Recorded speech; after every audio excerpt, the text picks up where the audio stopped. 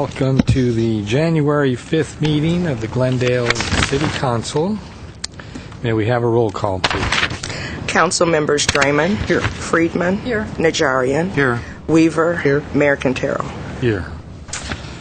The flag salute this evening will be led by Councilmember Weaver and the invocation by City Clerk Rita Buchanan. Please join with me in our flag salute. I pledge allegiance to the flag of the United States of America and to the republic for which it stands, one nation under God, indivisible, with liberty and justice for all.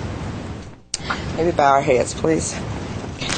We commence tonight's meeting giving thanks for bringing us through the holiday season and pray that the new year will be one of love, peace, and prosperity for all. We pray for your guidance that we all may continue to live our lives in accordance to your teachings. Finally, grant our council the wisdom to arrive at solutions which are in the best interest for this community. Seat, please. May we have your report?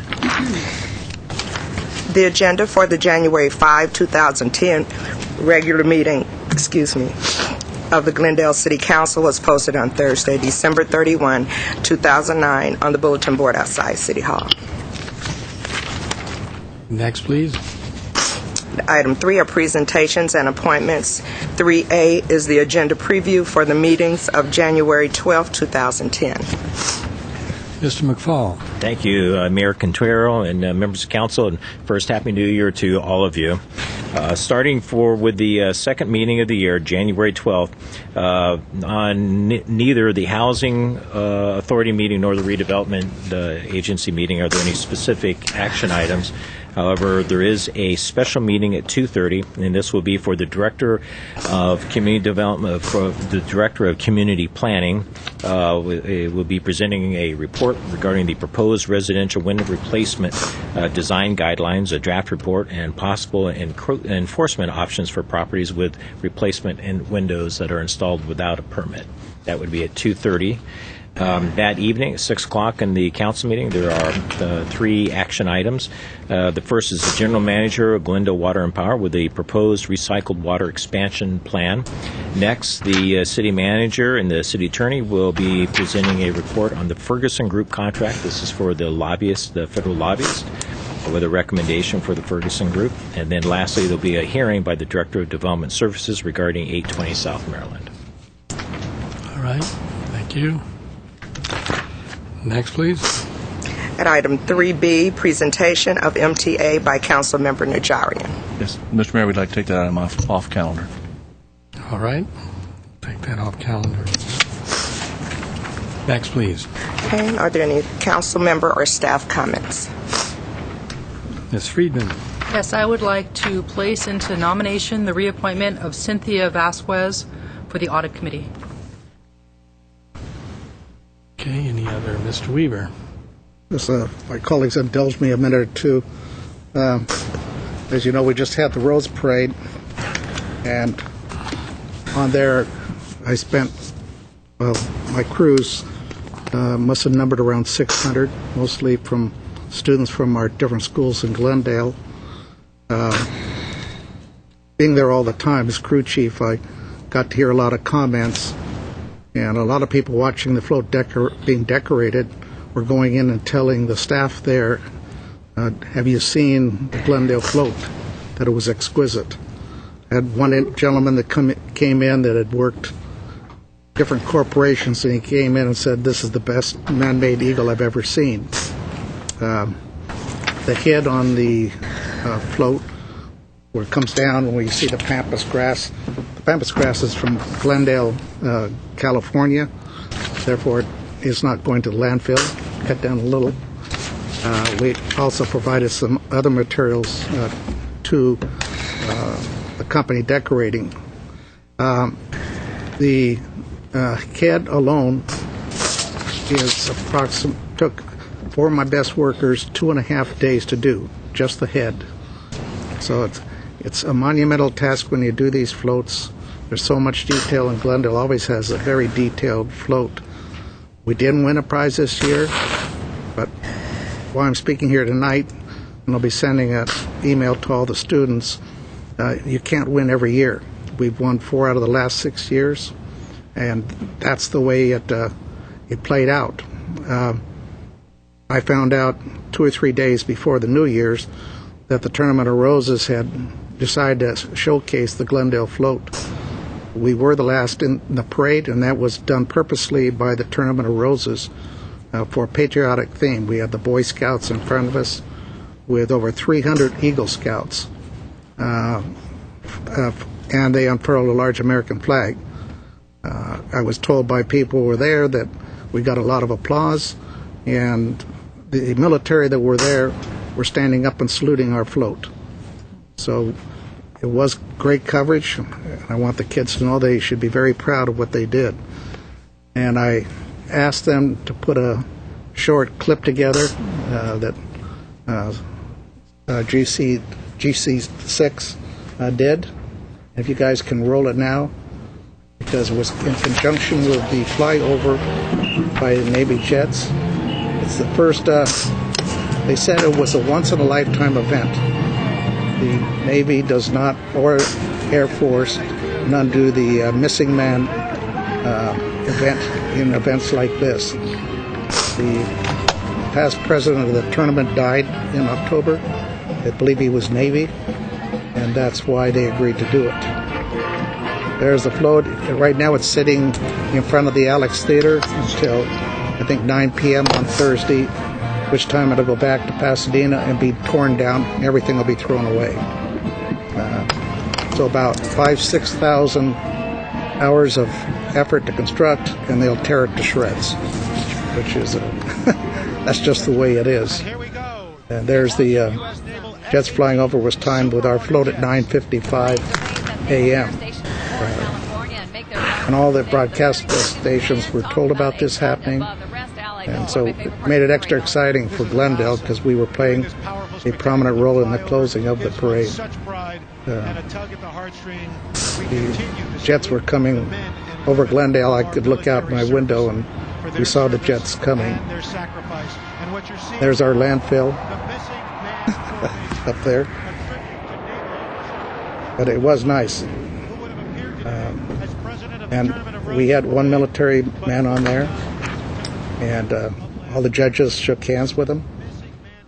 We had also Captain Carlos Guerrera and Alex Z from the police department riding on our float. So that was just a little glimpse of the end of it. And I again thank all the students from all the schools in Glendale that helped do this. It's a lot of work, but it's a fun event. A lot of kids get to meet each other from the different schools. Thank you very much, Mr. Mayor. Mr. Dreaman. 2 items. First is I'd like to ask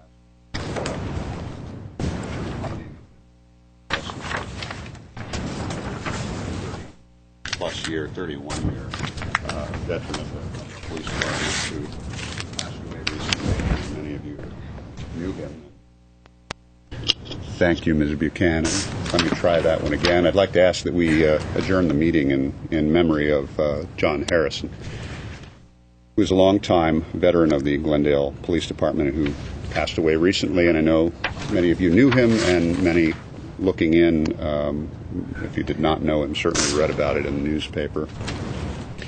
His service was yesterday at the Church of Latter-day Saints in La Crescenta up on Raymond, and I'm told that over 1,000 people attended. So, obviously our sympathies and best wishes go out to his surviving family, and I think it would be entirely appropriate that we adjourn in his memory tonight. Secondly, I think we need to adjourn the redevelopment agency. And Mr. City Attorney, would this be an appropriate time? It certainly could be, yes. Move we adjourn. Second. Okay, the redevelopment agency is adjourned. Thank you very much. Okay, thank you. A couple other items. Third, there was, last year, there was a request that we look at not the recycling, but the reuse of Christmas lighting, particularly the lighting used in trees, the small incandescent lighting. on Brand and also in the Montrose Shopping Park are the two chief areas in the city where there's large-scale holiday lighting. And I had indicated that I felt that we should look into that. And then someone wrote a very thoughtful letter in the newspaper about that, and there was even a little campaign up in the Montrose area about See the Lights, Save the Lights. And interestingly, the signs were thoughtfully tacked up on or tied to the trees in Montrose on recycled plastic, which I thought was very clever. In any case, there is a hitch, and the hitch, at least up in the Montrose area, as I've looked into it, is that the electrical people that they've spoken to up there say it is, aside from the expense and the time-consuming aspect of it, it is, in their judgment, not even safe to try to reuse that because of it being out in the elements and being stretched and pulled and all the extreme winds that they have up there. But there's an even bigger reason why it probably won't be reused, and that is because they're going to be switching over to LED lighting, as the little incandescent lights are not even going to be readily available any longer. And if any of you bought holiday lighting this year, Christmas lights, you saw that it's very, very hard to find any kind of little incandescent lighting. So anyway, that's where that is. I can't speak for the lighting on Brand Boulevard, but perhaps... Mr. Mayor, Councilmember Draymond, I believe Mr. Chapchian specified LED lighting this year on Brand. Yeah. I know that we, Public Works, used LED lighting on the Christmas tree this year. And the reason the folks in the Montrose Shopping Park did not is because it was all lighting that had been pre-purchased from previous years. So I believe that is the last of that. So in any case, I wanted to address that. And then I guess tonight's my night for issues here. I've had a request. Some of the residents up in the northwest Glendale area, in and around Grandview, who had a request that the Traffic and Parking Commission take a look at the issue of, I'm not so sure that this is a traffic and parking issue as much as a public works issue, but we'll see in a minute, regarding the sidewalks there. The street, as you know, the width changes drastically as you go up the hill, and it tapers and tapers, and the sidewalk narrows and narrows, and then we lose the sidewalk altogether on one side of the street where Grandview Cemetery is, along the side of that, and then it becomes kind of difficult up there. So anyway, I had agreed that I would certainly bring it to the appropriate entities, and I don't know whether that's a Public Works issue or a Public Works / Traffic and Parking Commission. I see the chair of the commission walked in the door and sat down. So in any case, Mr. Stern? That would be, Mr. Draymond, that would be my responsibility. And so just so you know, we have been looking at sidewalks all around Grandview Cemetery, as a matter of fact, because on the Sonora side as well, there is a large vacant area. Right. That doesn't accommodate pedestrians. So we've been examining that whole area. We'll include it further up as it tapers and you lose a sidewalk. Well, the concern raised to me had to do with safety and the fact that in order to walk up the hill, you're forced to switch sides back and forth to find the sidewalk.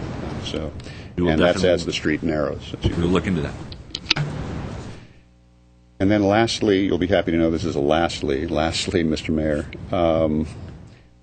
You have very graciously allowed me to continue as the sort of the council's liaison in meetings with the GUSD, Glendale Unified School District, with the superintendent and members of their board and the city manager, which we do every other month.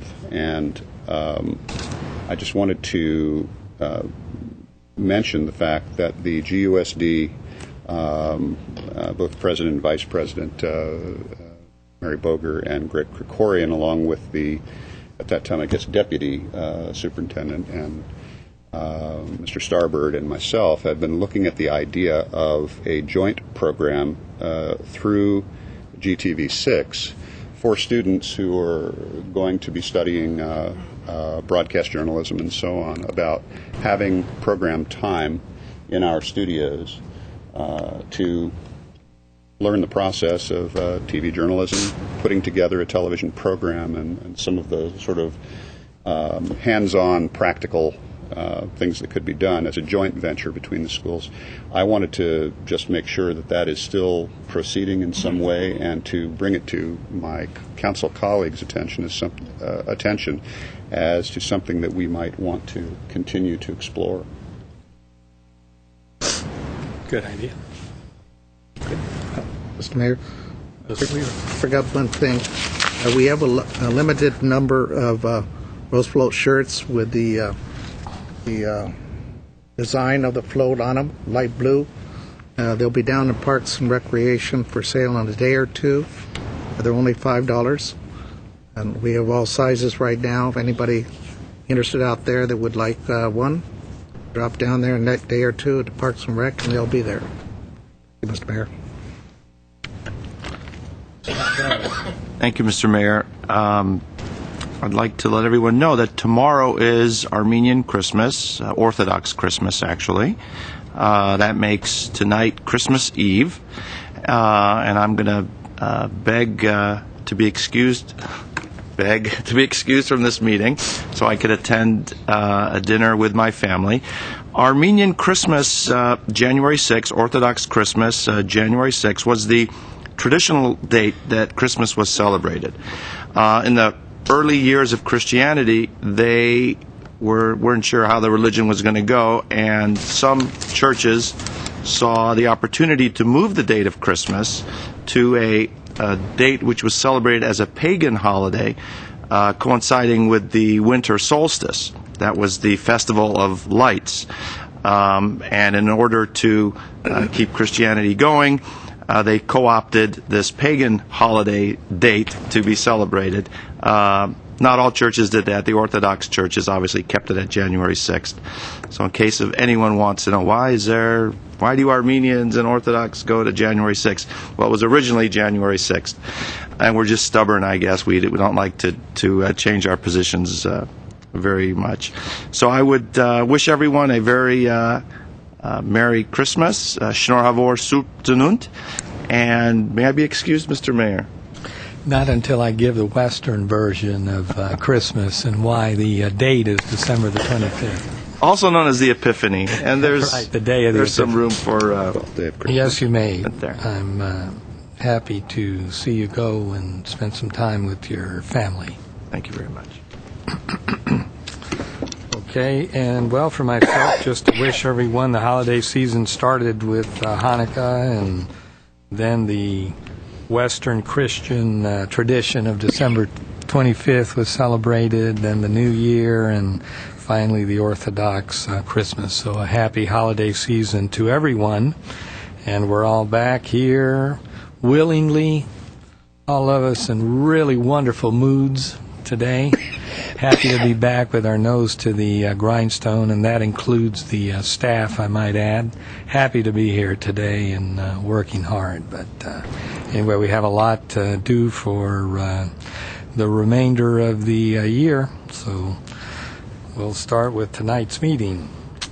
What's next, Madam Clerk? At item 5 are 5A through D are consent items, which are routine and may be acted upon by one motion. Any member of the council or the audience requesting separate consideration may do so by making such request before motion is proposed. Okay, I have one speaker card, so I will pull 5C. Mr. Mayor, I'll move the remainder of the consent calendar. I need a second. Second. Okay, roll call, please. Council members Draymond. Yes. Friedman. Yes. Najarian. Weaver. Aye. Mayor Quintero. Yes. Could you read 5C into the record? Item 5C, Director of Public Works regarding maintenance and refurbishment of selected interior areas in City Hall. At 5C1 is a motion approving the proposed maintenance plan for City Hall and directing staff to proceed with the work. Okay, actually, Mr. Zern, could you give us an idea of what this expenditure will entail? Yes, Mr. Mayor, members of the council, it has been several years since we have done any type of significant upgrade to... By several, you mean more than 12. I'm talking probably more than 20. Yeah. It's several. I was buffering it a bit. But we had looked at, and the spaces I'm referring to primarily, it's the entire main part of City Hall, but these chambers that we sit in now and the lobby entrance to City Hall have gone without even routine maintenance for many, many years. We looked at initially a project to do what I would call a more extensive refurbishment and upgrade of the facility. We have a concept of that and some initial costing of that, but considering budget situations and the financial situations we were in, we decided to put that aside and look at a more, what I'll call, lower cost but interim upgrade to the facility, something that would mesh with the larger project. Very confident that the economy will turn around and we will have an opportunity in the near future to pursue that, but at the same time addressing some of the very, very worn components of these spaces that need to be looked at. And I'm talking about wall coverings, paint,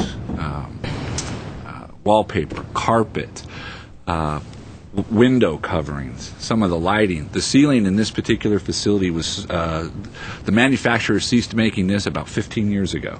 So we've literally been holding it together, hoping we don't break any pieces, and you can see where we've had to go ahead and take different pieces from other types to blend in. We've got some dated wood paneling.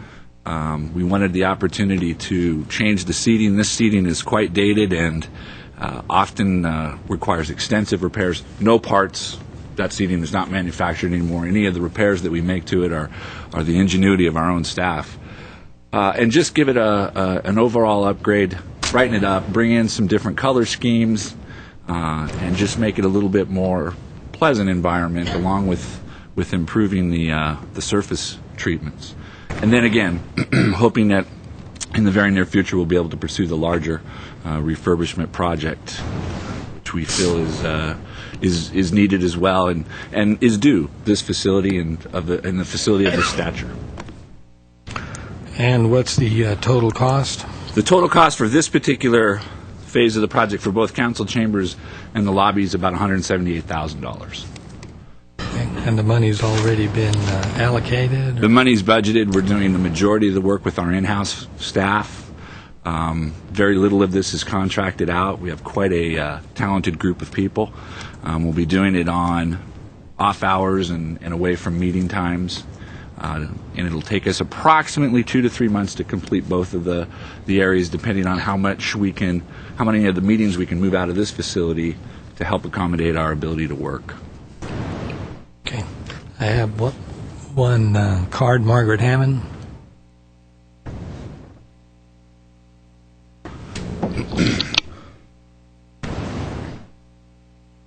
Good evening. My name is Margaret Hammond. Mr. Mayor, members of the council, staff, and audience.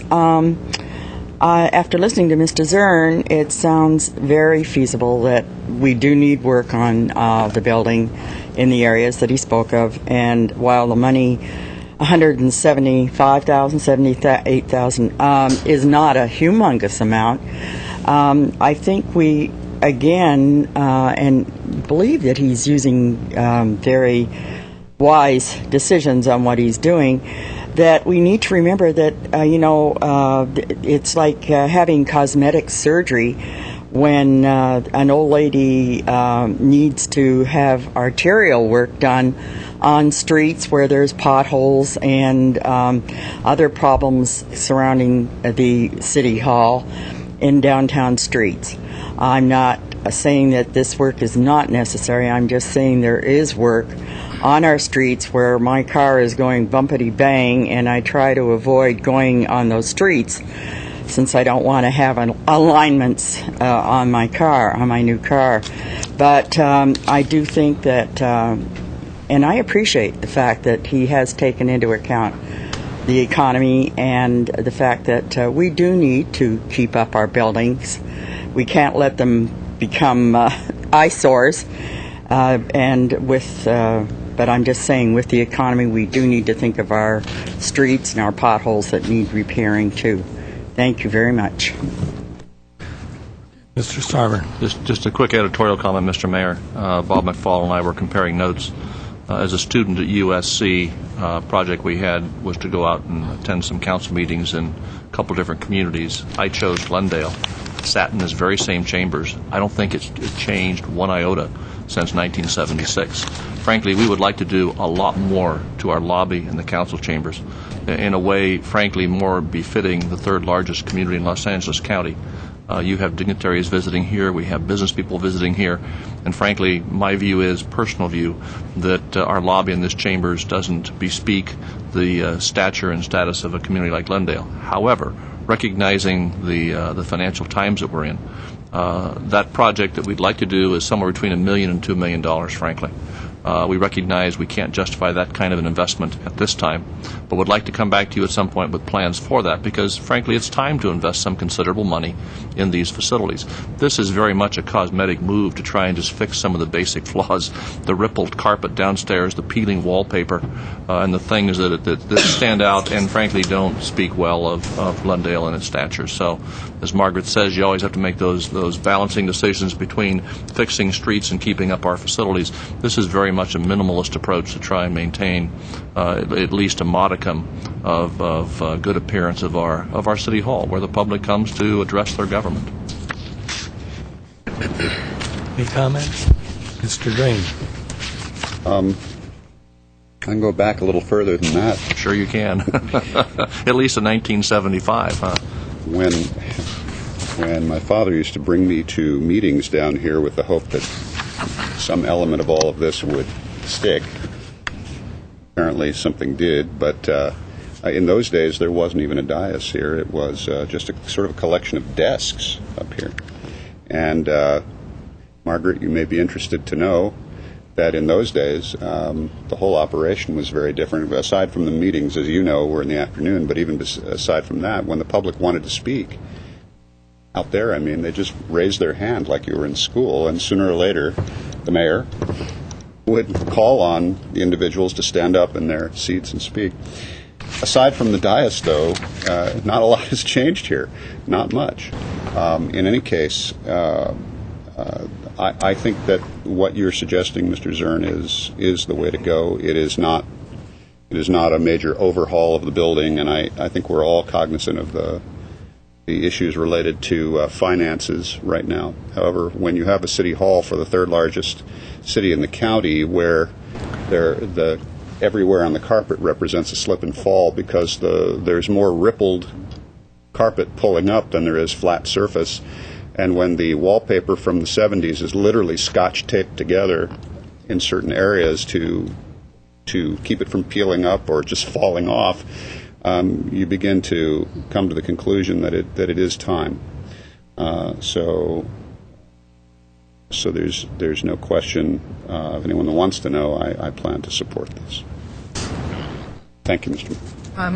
Well, I agree. I understand what Ms. Hammond said, and I agree that this wouldn't be the time to jump into a giant overhaul. At the same time, some of the items that you're going to be addressing have crossed the line into embarrassment for the city, and I think this is the people's house, and I don't want them to be embarrassed by their house.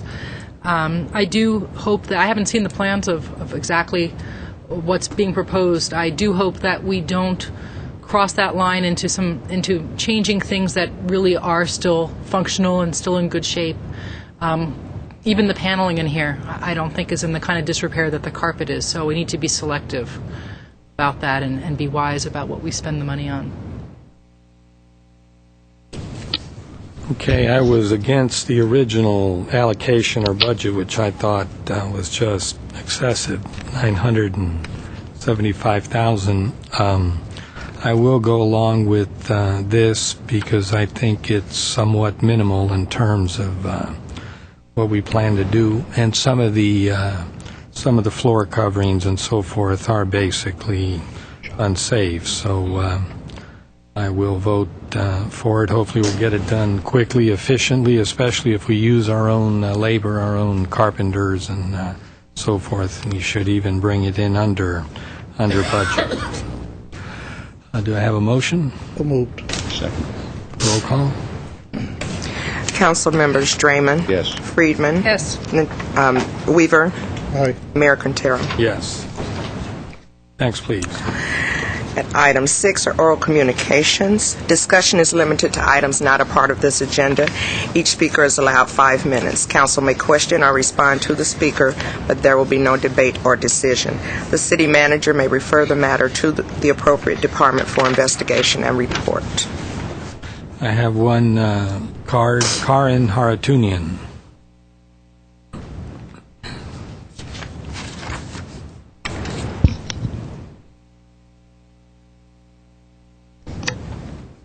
Good evening, dear Mayor, Council members. Happy New Year to you all, and Merry Christmas, Western and Armenian.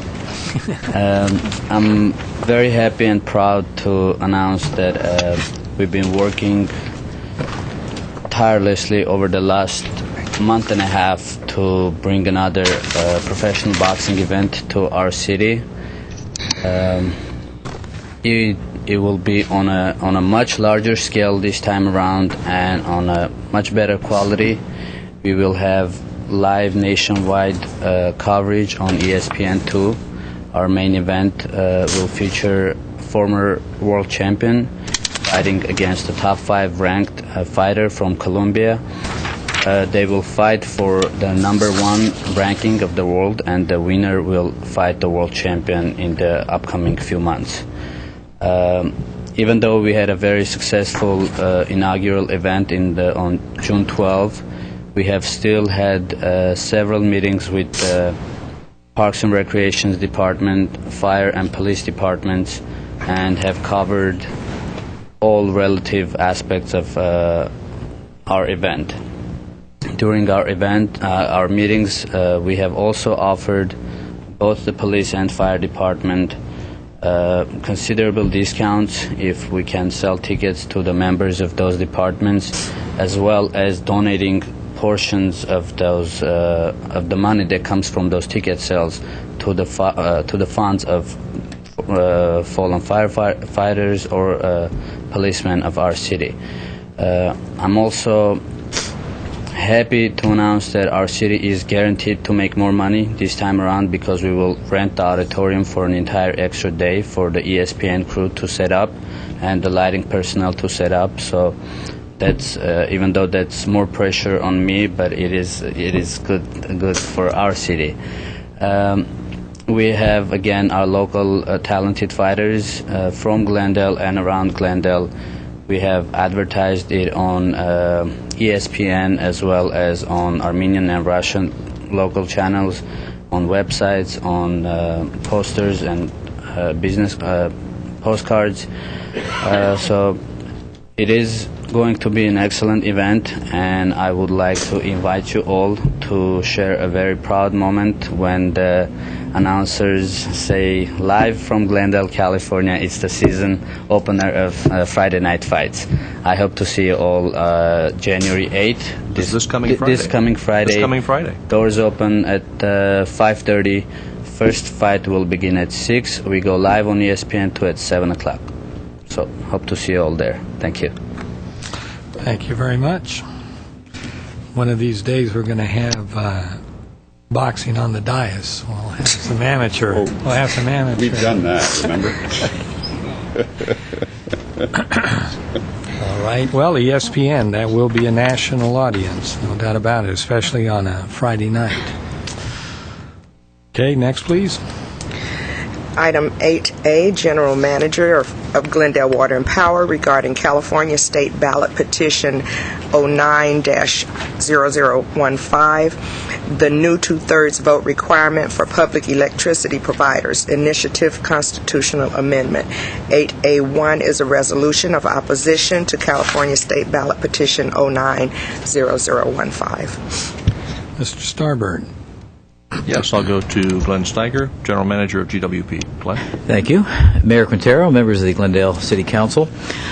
I would like to request an opposition position from you regarding a potential California state ballot petition that is being proposed, known as the new two-thirds vote requirement for public electricity providers, which was introduced by PG&E, Pacific Gas and Electric of Northern California.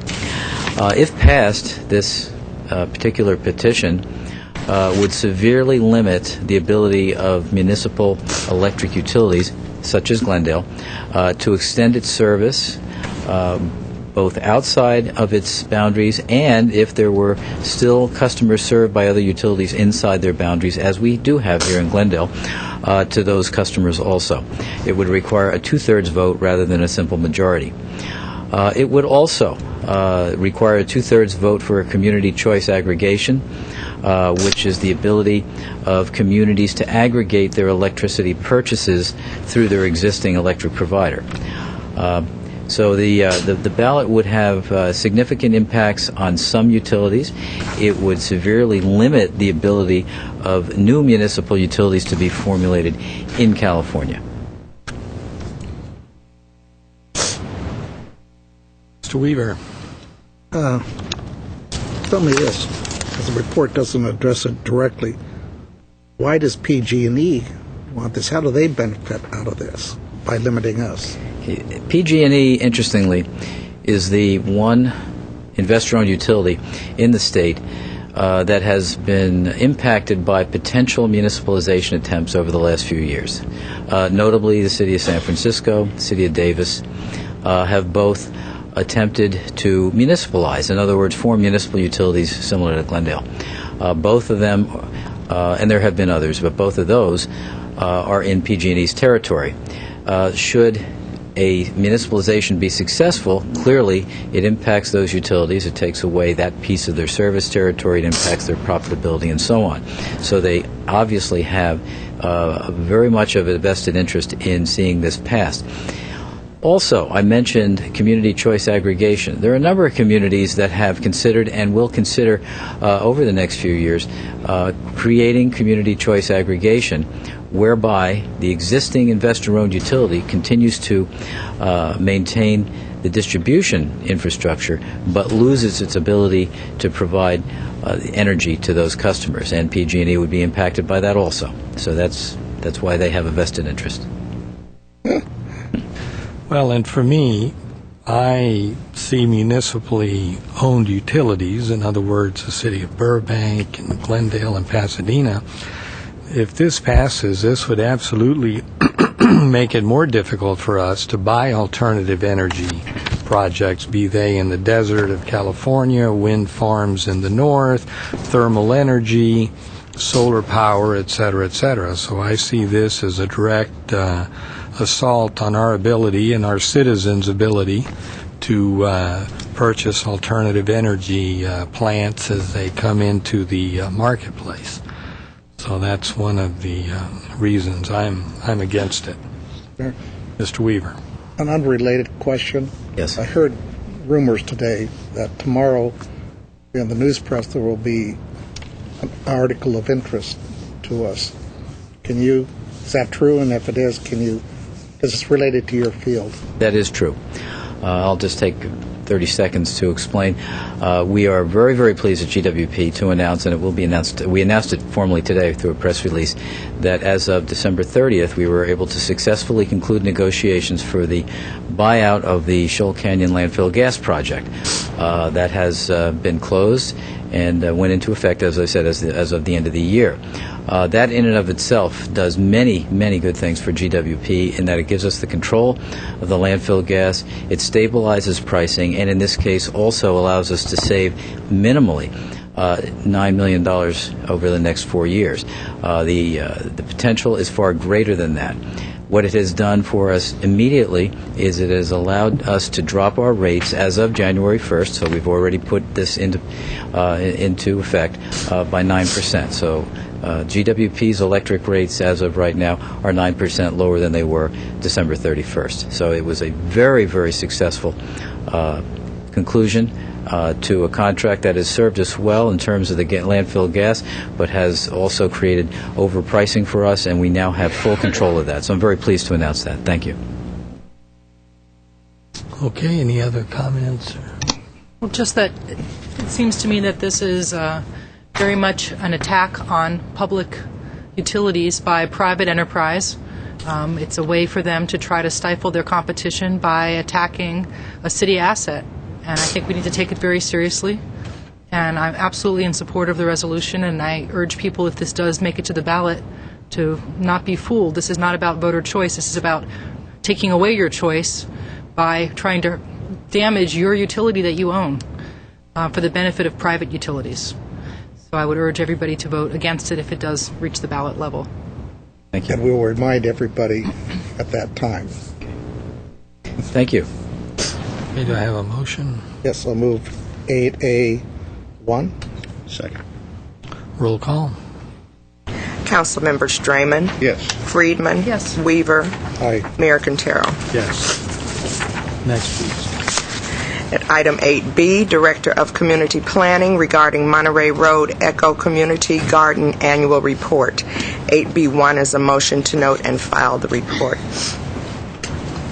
Mr. Sternberg. Yes, Mr. Mayor, let me go to Mr. Hagani, Director of Community Planning, for some introductory comments. I know he'll be calling on, I think, Mr. Engel for the staff report here.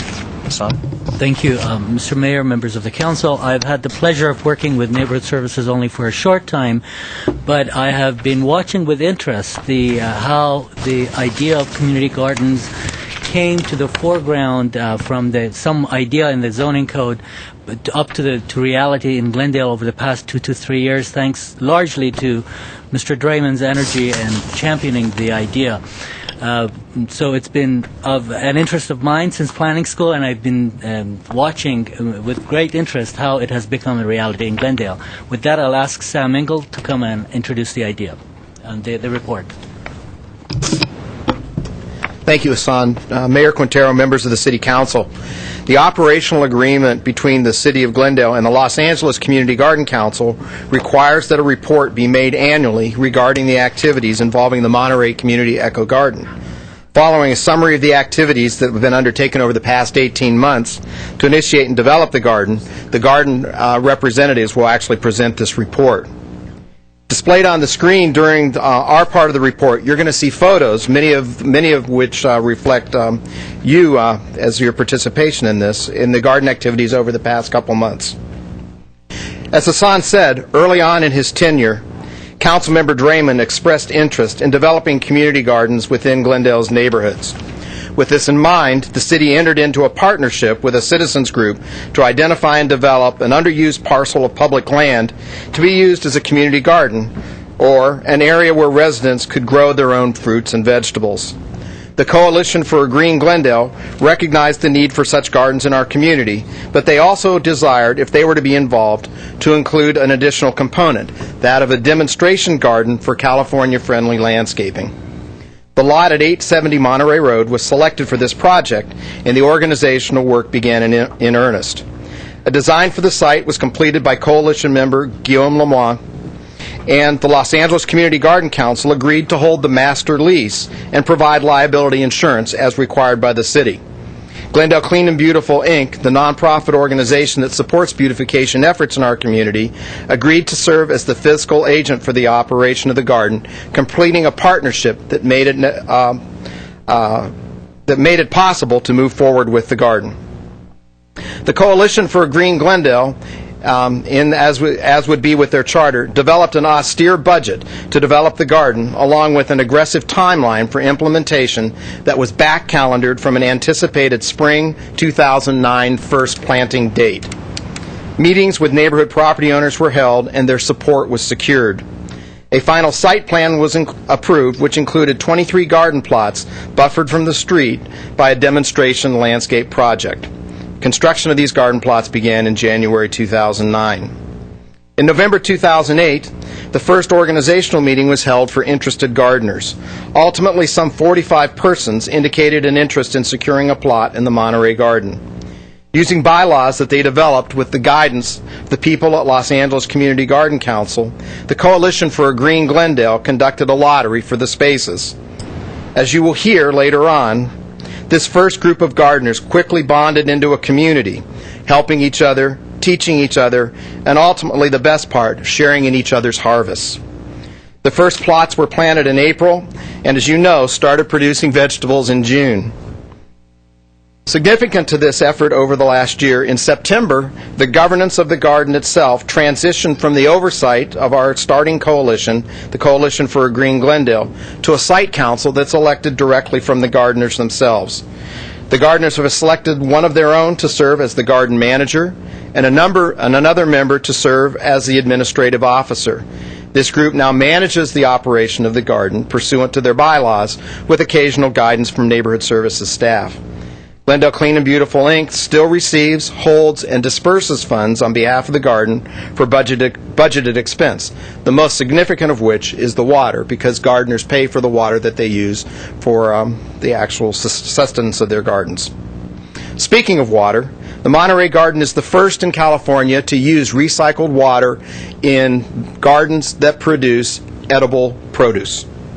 This involved a tremendous effort by Glendale Water and Power staff to work with state officials to secure this permit for this particular purpose, as well as a commitment by all of the community gardeners to be trained in the proper use of this water, and all of our community gardeners are trained and certified in the use of recycled water.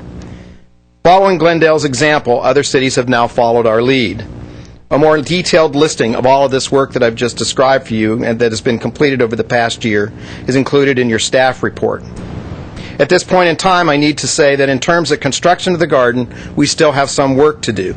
A tool shed is needed for the permanent storage of community tools that are used by all gardeners, and a permanent perimeter fence is planned to be installed later this year.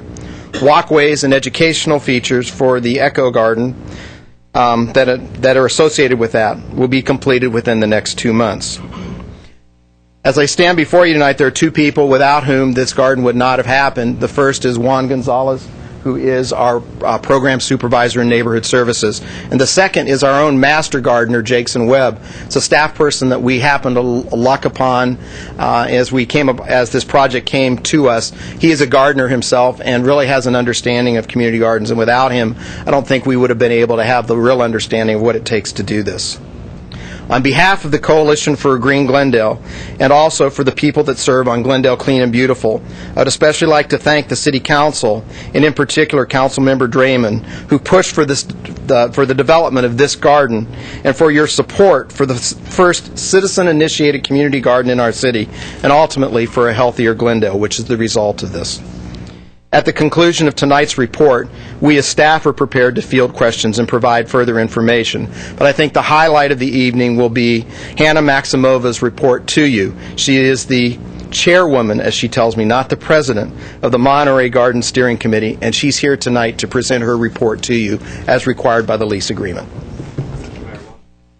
While she's coming forward, if I can just add to the comments by Sam.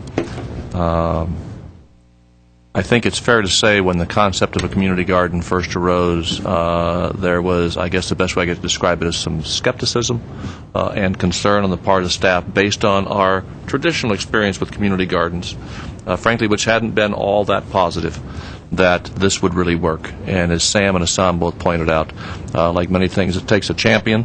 And in this case, in addition to the staff, the gardens wouldn't have taken place if it hadn't been for Mr. Draymond and the support of the City Council on a concept that required a cheerleader, because we had a great deal of concern on staff as to whether or not these things would work based on our experience in the past. And it was really coming to understand the Los Angeles Community Garden Council and kind of the substance and experience that they brought to this that began to give us some comfort that what we knew of gardens in the past was not necessarily the gardens of the future, and these things could work. And indeed, I think that has been the experience. So it's taken a lot of active support and championing the concept, and frankly, in some cases, winning over the staff that these things could really be run and operated the right way. So with that, I'll turn it back over to you. Thank you. Mayor Quintero, City Council members and staff, I'd like to present the rest of the annual report of the Monterey Community Garden. The families that garden at the Monterey Echo Community Garden all live within a couple of miles of one another. We all shop at the same Ralphs and the same Vons. Probably lots of us were together at these places on the same days at the same times over the years, but who would know, because we were just a bunch of strangers pushing carts. We could be anybody, so we were all nobody to one another, just a bunch of people busily, separately engaged in our personal spheres of experience. But then something extraordinary happened. Because of the Herculean efforts of a couple of people and the expansive generosity of many others, the Gardners have become familiar and distinct participants in one another's lives. I now know that Karen grew up in England and decided to become a nurse because it was the one way she could personally participate in saving the world. Kimberly helps run a small law school in Glendale that her father started. The school literally creates the possibility of becoming an attorney for people who otherwise wouldn't have that option. Martin has been teaching pre-K and kindergarten in one of the most dangerous areas of Los Angeles for more than 30 years, and he uses ideas and seeds from our garden to inspire his very young students. In our garden, I find myself surrounded by these and many other inspiring, interesting people, and I see some of them several times a week, every week. A community is developing. We're all learning from each other's experiments with soil, compost, and mulch, as well as which seeds do what when they're treated in various ways. We're also finding out who we are individually and as a collective and what we can accomplish as a group. Our garden is managed by a steering committee, which assigns watering and weeding schedules and meets monthly to deal with garden issues as they arise. Our compliance levels and task completion are amazing. We assign duties to randomly selected pairs of gardeners to increase familiarity and friendliness, and it seems to be working. We're going to be starting tours soon for schools to come through so that kids can see what our garden does and how it works. We've had one workshop on composting, and we're planning more that will be open both to the gardeners and the general public. Having lived in apartments for my entire adult life, it's amazing to me that I now regularly carry home armloads of organic, pesticide-free food and flowers that I grew myself. My 3-year-old son picked a carrot from our plot a few months ago and said, "Ew, why is it so dirty?" And I felt nachas, the Yiddish word for parental pride, when I told him that this was the last time he'd wonder why a carrot would be covered in dirt. Since then, he's become familiar with how dozens of fruits and vegetables come into being, and he isn't squeamish about the dirty ones anymore. Thanks to the energy and gracious support of the Glendale City Council, especially Council Member John Draymond, who was extremely supportive from the beginning, as well as neighborhood services, a wonderful thing has happened in our lives. We now have a blooming, vibrant, and productive area for dozens of Glendale families to experience the wonder and renewal of the natural world. On behalf of all of us who have been enriched by this experience, we thank you very much for this rare and valuable opportunity. And thank you also for turning my grocery trips into delightfully social events. Thank you. And we're open to questions. That's it. Okay, thank you. I have one speaker card from Chris Welch.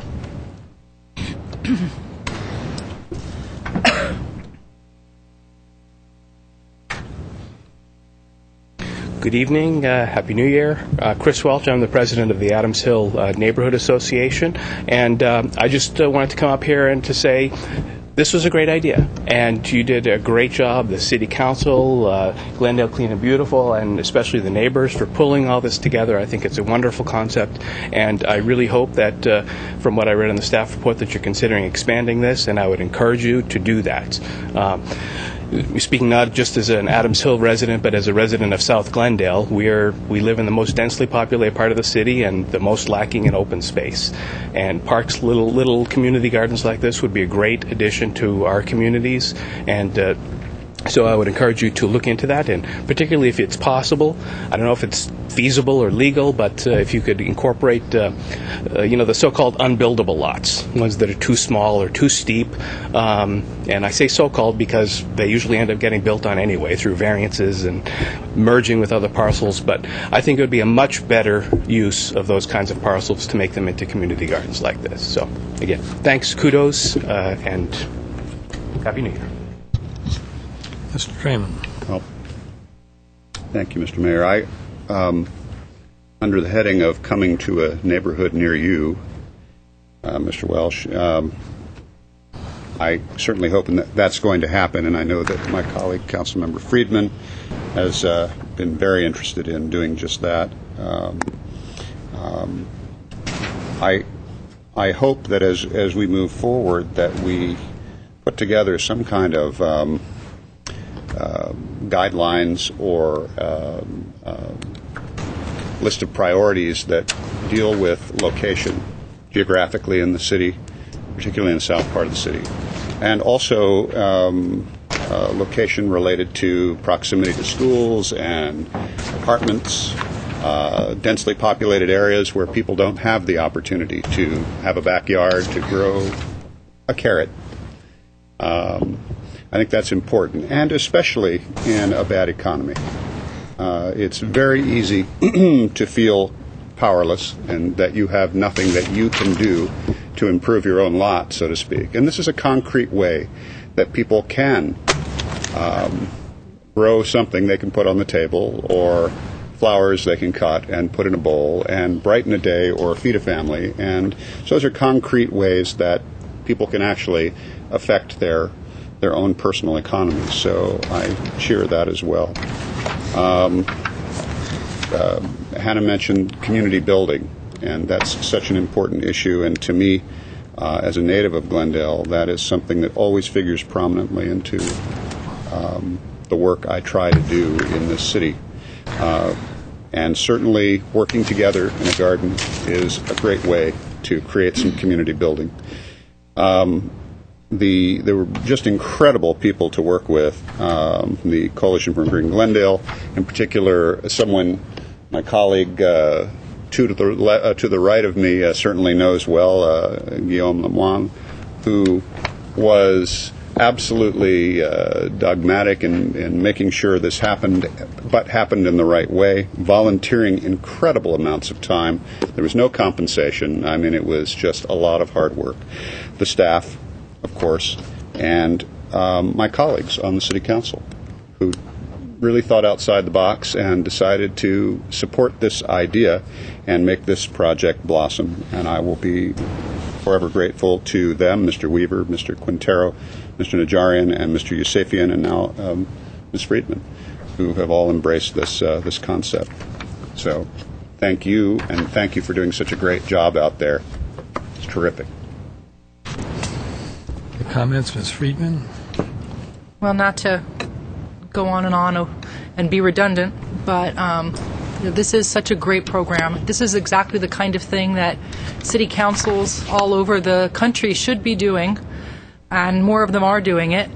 I was not a part of this council when this project was began. I saw the genesis of it from the other side, with the Coalition for Green Glendale meeting weekly in my living room and not seeing my husband for months at a time.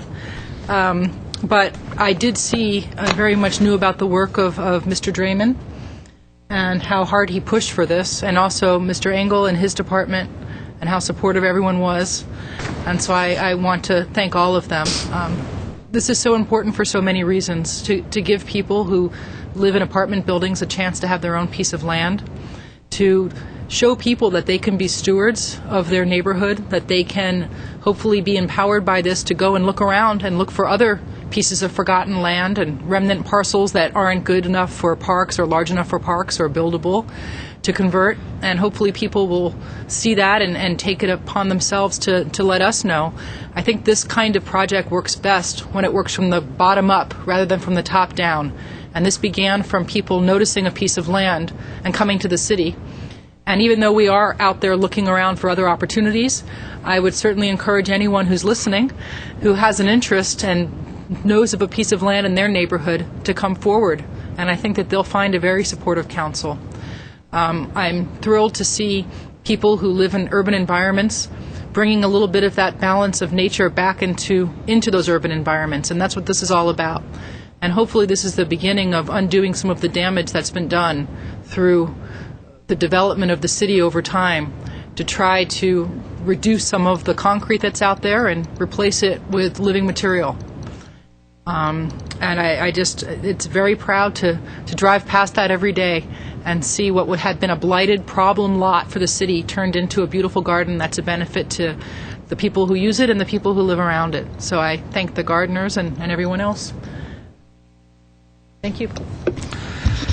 Well, I was very supportive of this project from the beginning, But the reality is that back in the 1980s, and Mr. McFall remembers, back in the 1980s, we had a number of community gardens spread throughout Glendale. It was run out of the Community Development Department, and back then it was basically low-income or sometimes unemployed Glendale residents who actually put the plots together, and it was very successful back then. I don't remember any negatives. The people that were doing the gardening were certainly in need. Like I say, most of them, they had to qualify in terms of their income, and they were either low income or just plain unemployed. But it was very successful then, and I think obviously the recession is on us, number one, so I think that's one reason that it's going to be successful now.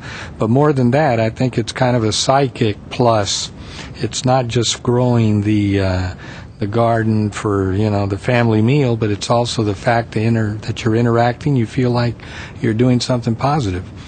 And every time I drive by the location, on more than one occasion, I've actually just stopped, parked on the street, and just kind of peered in through the fence. Everything there looks very edible and delicious. And then when you add the fact that we're using the recycled water, that's an even bigger plus. So like the rest of the council members, I hope we can continue this program, working with the coalition, and hopefully once this catches on, there'll be other folks that'll be interested. All you have to do is give them the opportunity. We had more than enough people soliciting plots, so I think that will be true no matter where we put these gardens together. But at any rate, I'm very happy we've had this. I knew it would be successful, but hopefully we'll be able to, and some of the people that do the gardening will be able to mentor a new set of gardeners when they first get going. So it's just, we don't need a motion, just accept and file the report. Mr. Draymond. I forgot to ask, Mr. Engel, you might want to mention how many gardeners are involved in this site, how many plots or sections there are, and then also how many people have signed up to be a part of this or are waiting. Councilmember Draymond, members of the City Council, we have 23 plots. Some of those plots are divided in half, so they don't have the full 4-foot by 20-foot plots. They're divided in half. So we actually have 26 families that actually have a garden plot.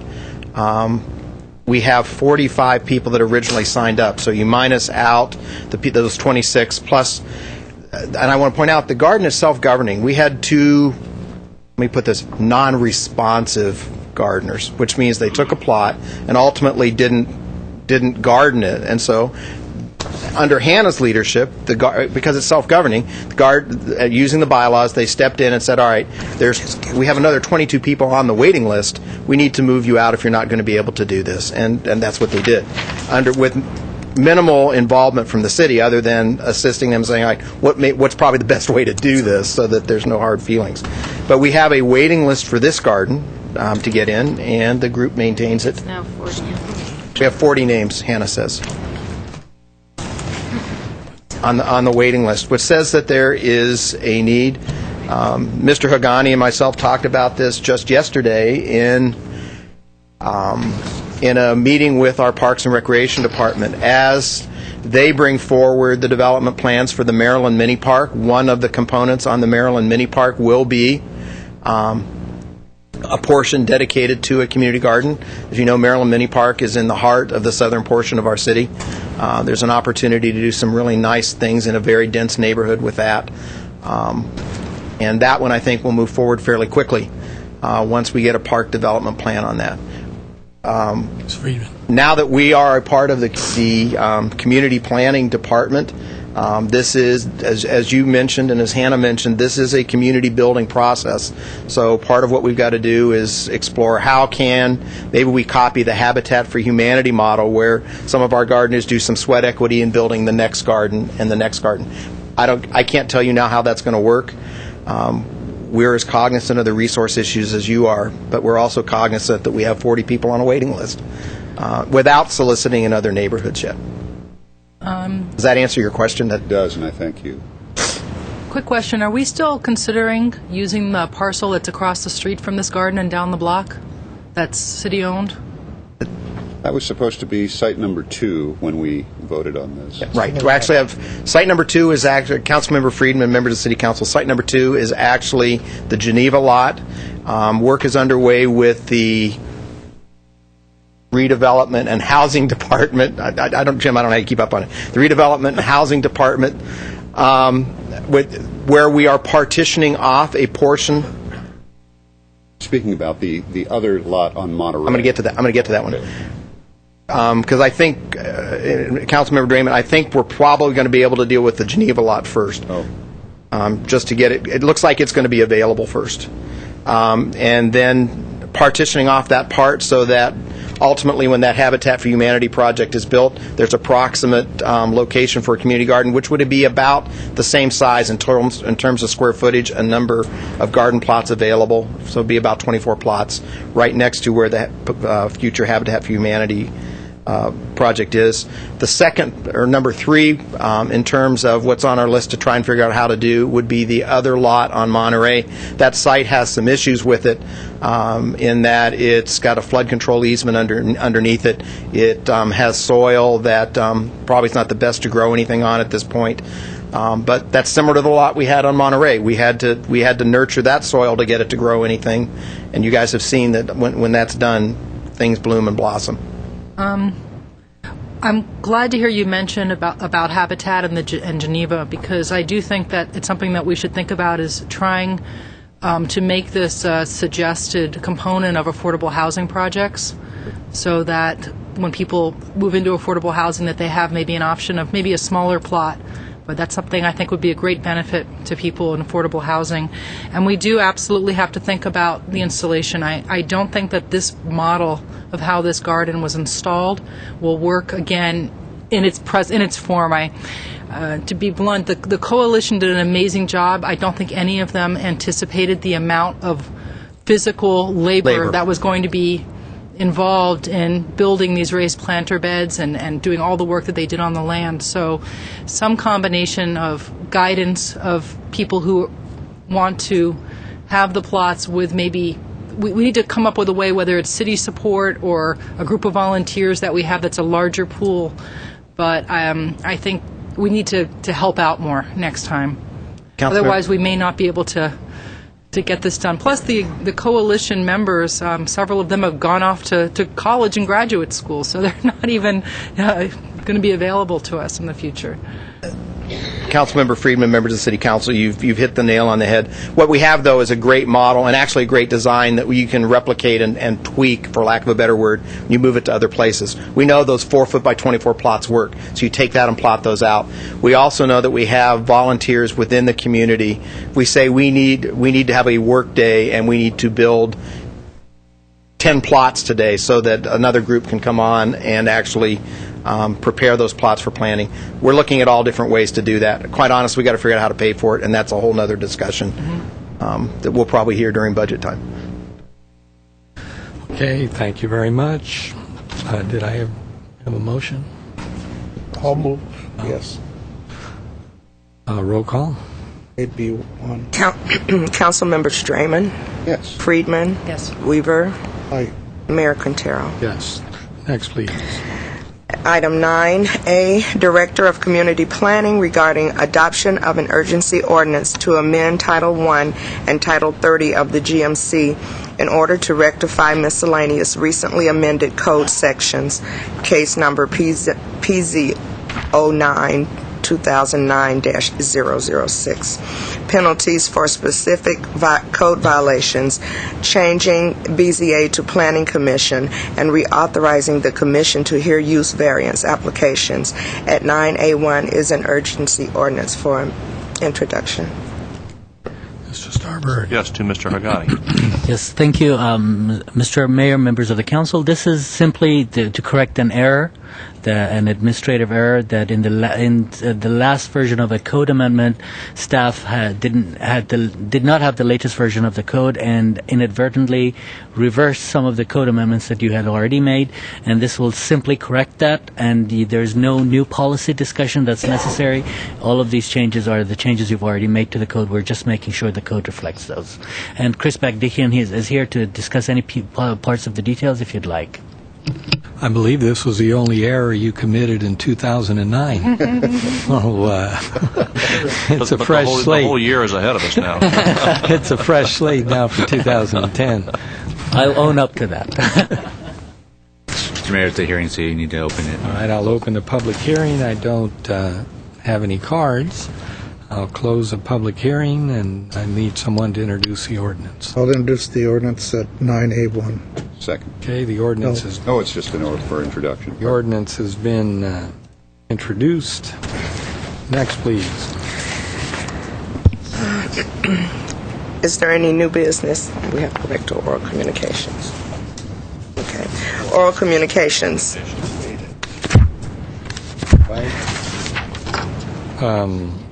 Robert Buniatian, followed by Noel Petter.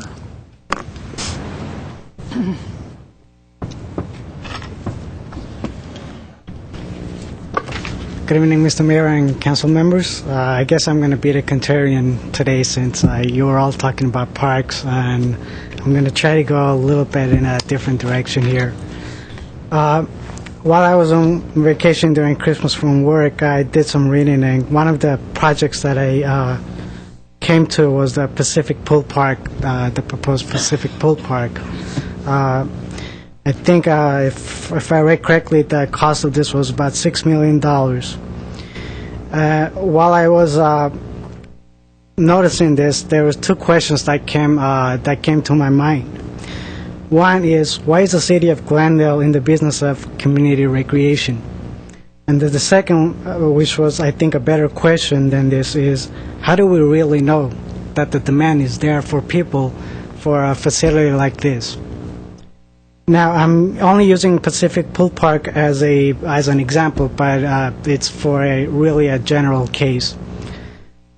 Now, before answering the second question of if there really is a demand for this kind of a facility, the facts that I kind of read was that the project is about $6 million again, and the operations is between $375,000 and $550,000, depending on the operation method.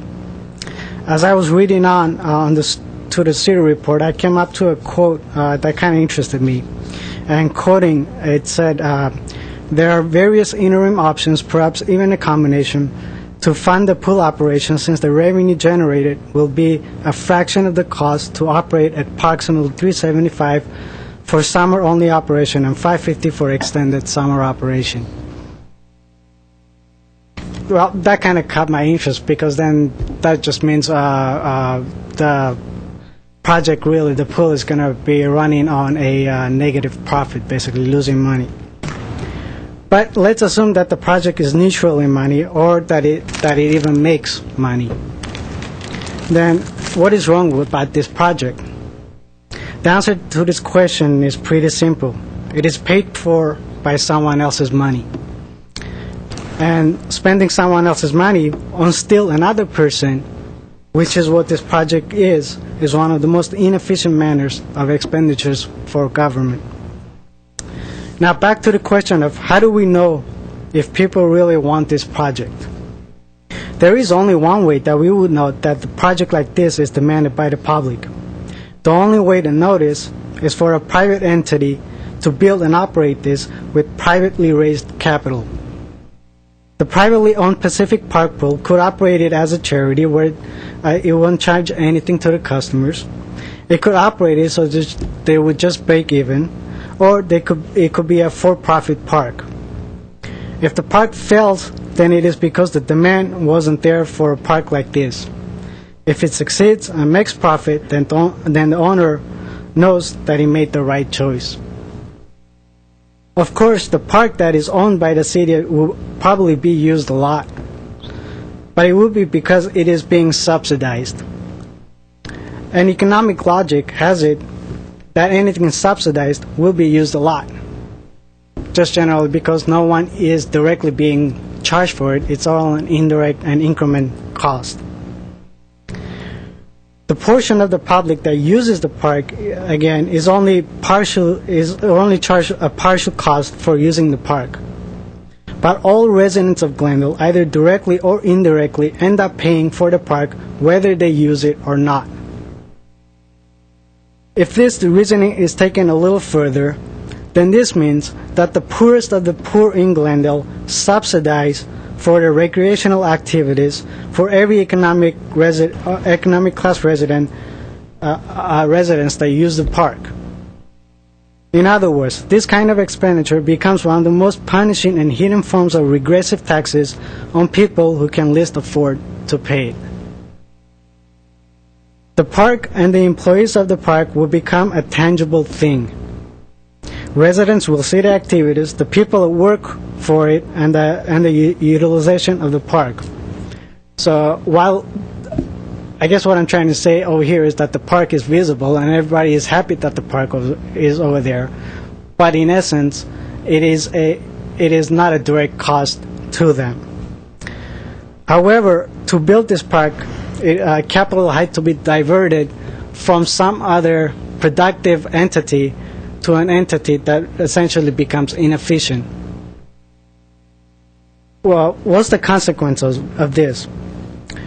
Well, if we really think about it, there is someone out there that is not able to find a job because the city of Glendale diverted the funds to an inefficient entity by using really coercion and compulsion, which is basically taxes. But the tragedy is that no one cares for that individual that could not find a job because they become invisible. So again, the park and the people that use it and the workers of that park are a visible and tangible entity. But the person that couldn't get a job because funds were moved from a productive entity to an entity that is really inefficient is not there. All right. Thank you very much for your attention. Thank you. Noel Petter, followed by Margaret Hammond.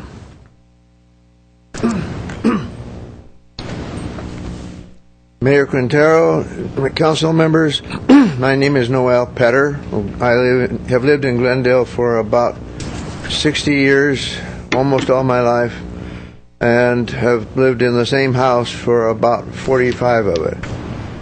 I live in the Verdugo Woodlands, an area where when I came into this place, Verdugo Park didn't exist and was simply a forest of ferns and oak trees, and a very prolific tree forest.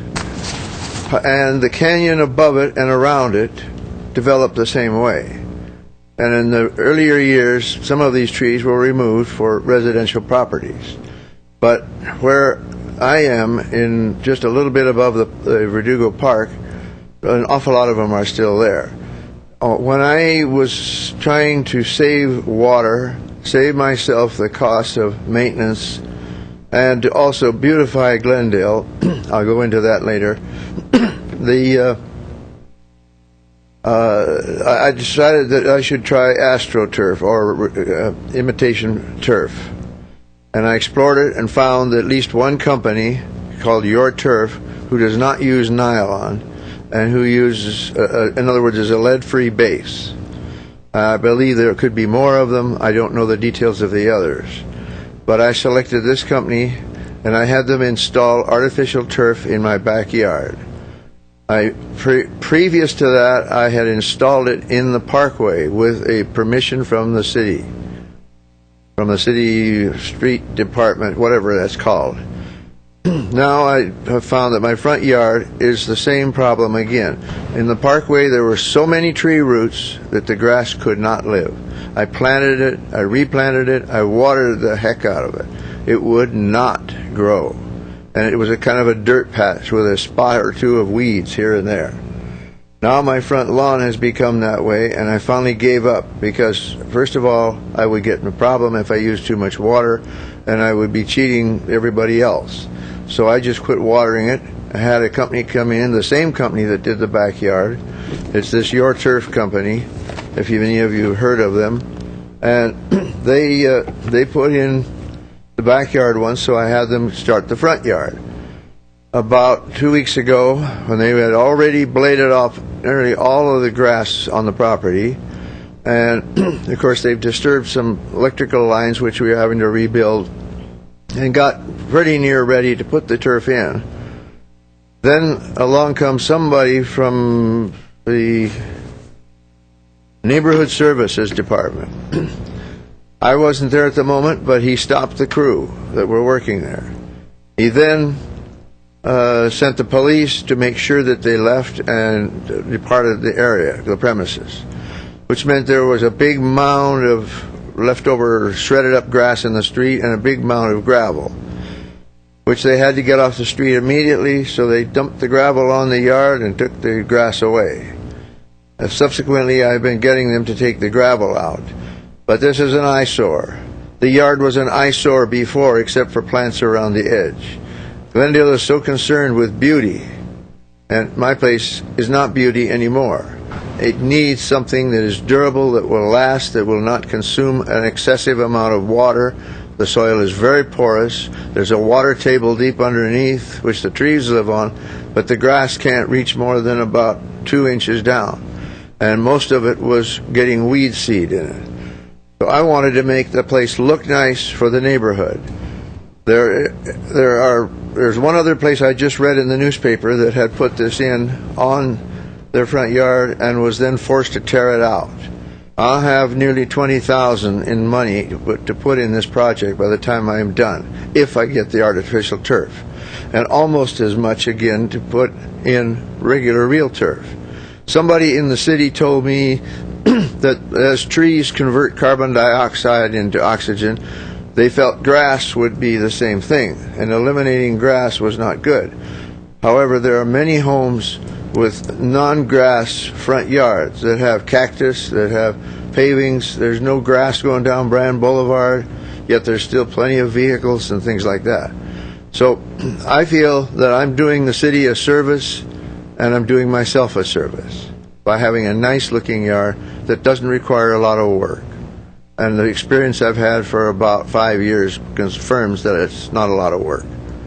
I'm requesting that you consider this seriously and try to influence the Planning Commission to release their hold on it, because this Glendale is the only town in the Metropolitan Water District that they claim that has a restriction on the front yard. Thank you. Okay, thank you, sir. Margaret Hammond.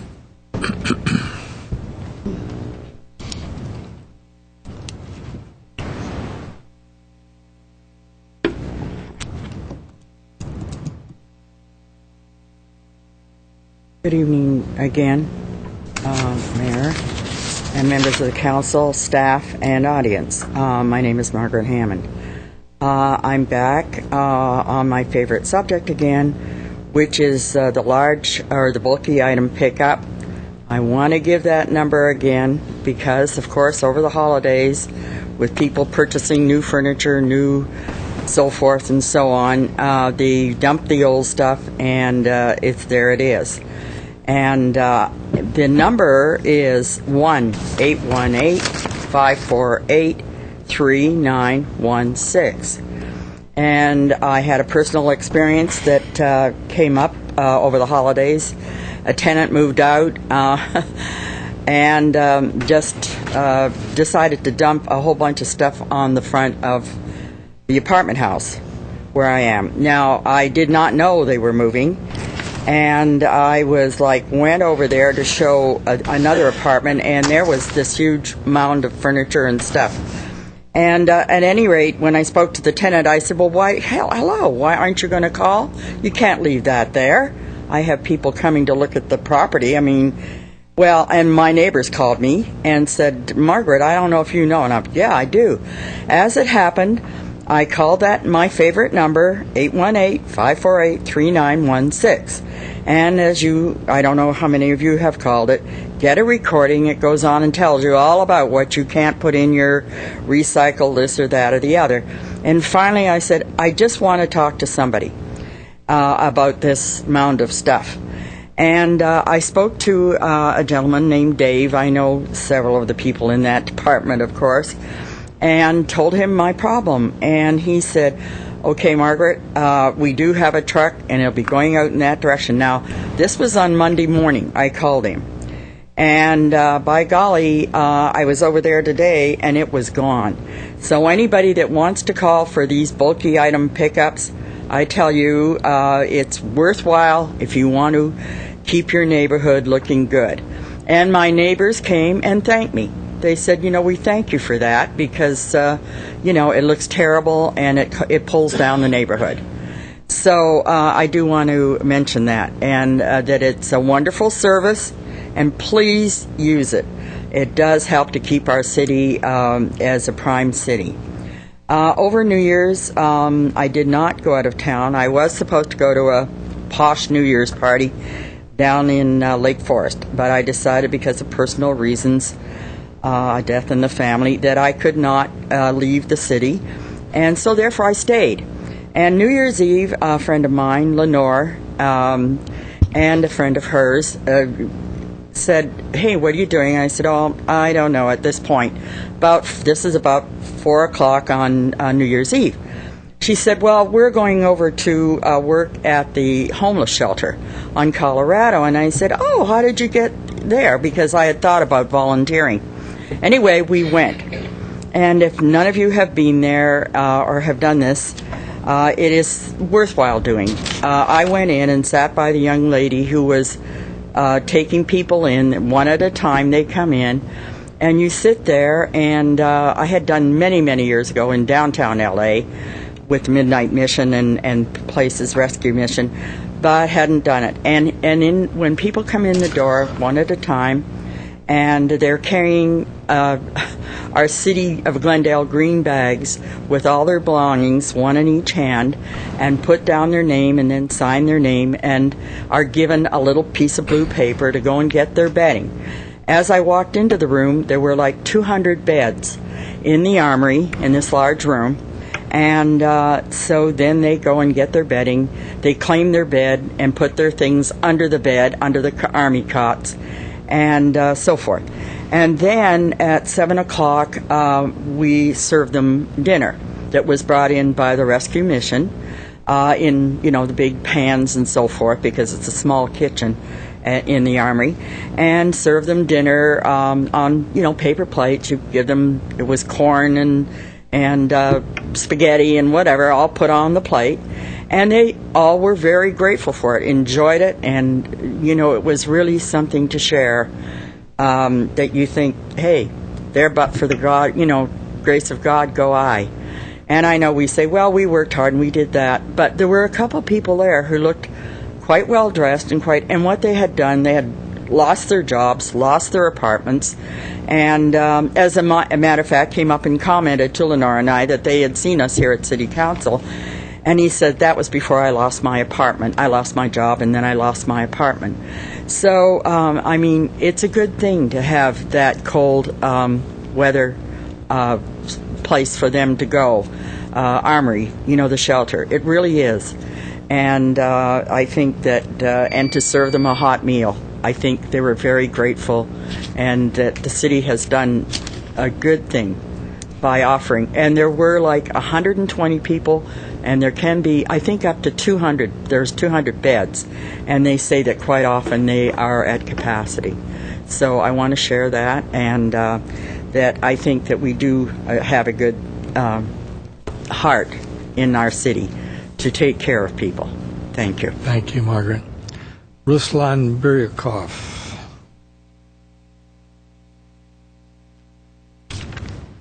Mr. Mayor and the members of City Council, City Councilors, and and the staff. Thank you very much for allowing me to speak today. I was told that I was supposed to be here a little bit earlier. Unfortunately, I was on the, or luckily, I was on the rehearsal of Glendale Philharmonic Orchestra, which I'm very happy to, report. The orchestra is rehearsing right now, and somehow we acquired a lot of mass media interest, and LA Times is printing a article about us, and Daily News also. The reporters are there right now working and shooting the actual rehearsal. Now I think that there should be a poster in there. It's there. Yes, I would like to invite everyone on our performance, which is happening on this Saturday. It's in the First Baptist Church of Glendale, and please, if you find it some time to visit our website, glendalephilharmonic.com, and the tickets are available, and available now not only through online distribution, but also through the phone. It's possible to buy them, and in the music stores. The music stores, help us, like Netzler violins and Kauer violins. Robert Kauer, wonderful. Violin maker, dealer, and he actually donated us a little bit of money, believe it or not.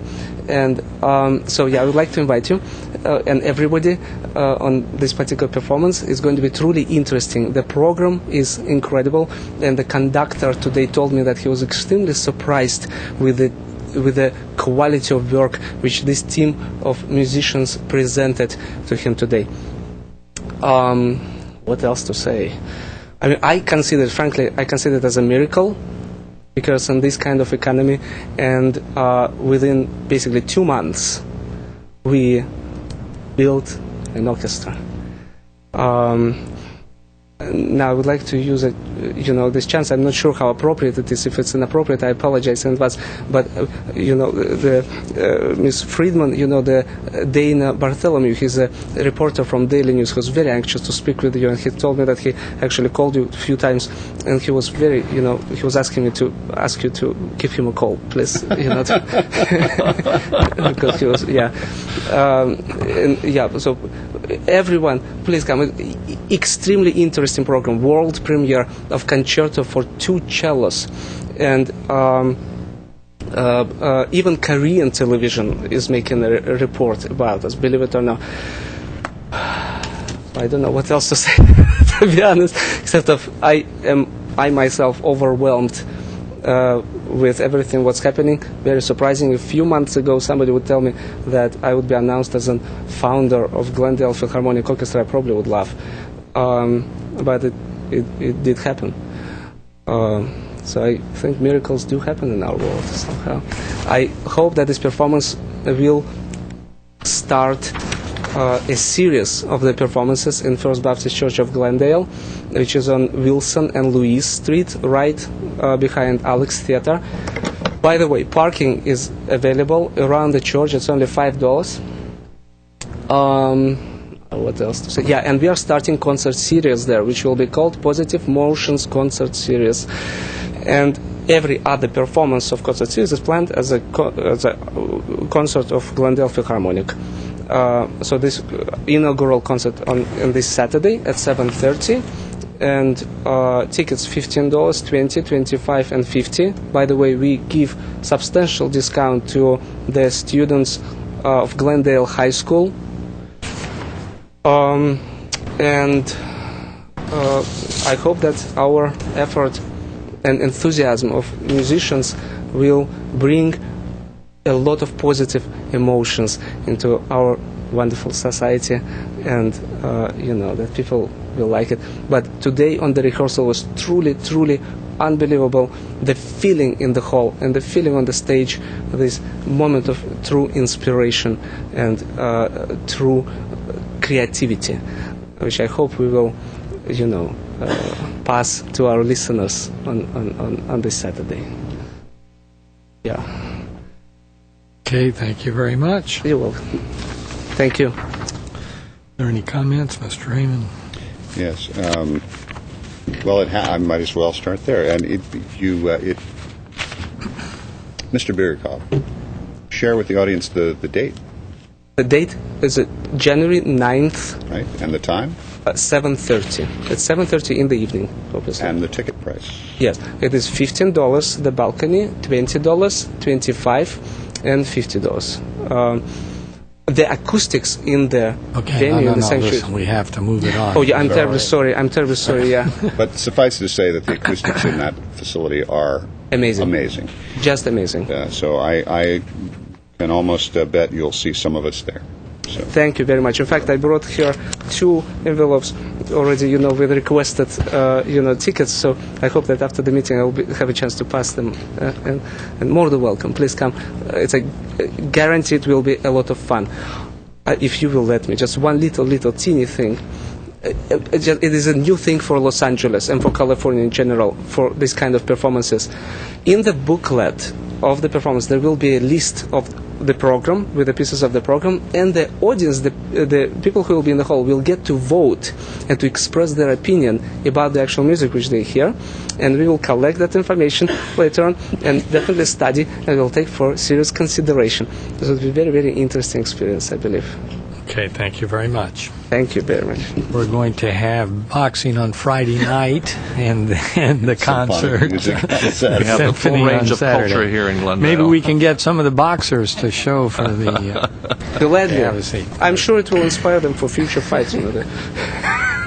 Okay, any comments or communication?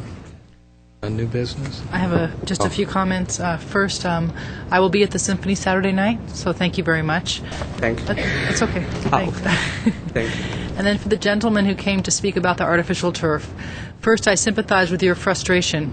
I understand how difficult it can be to do something that you think is an improvement to your property, and then to run into a city official telling you you're not allowed to do it.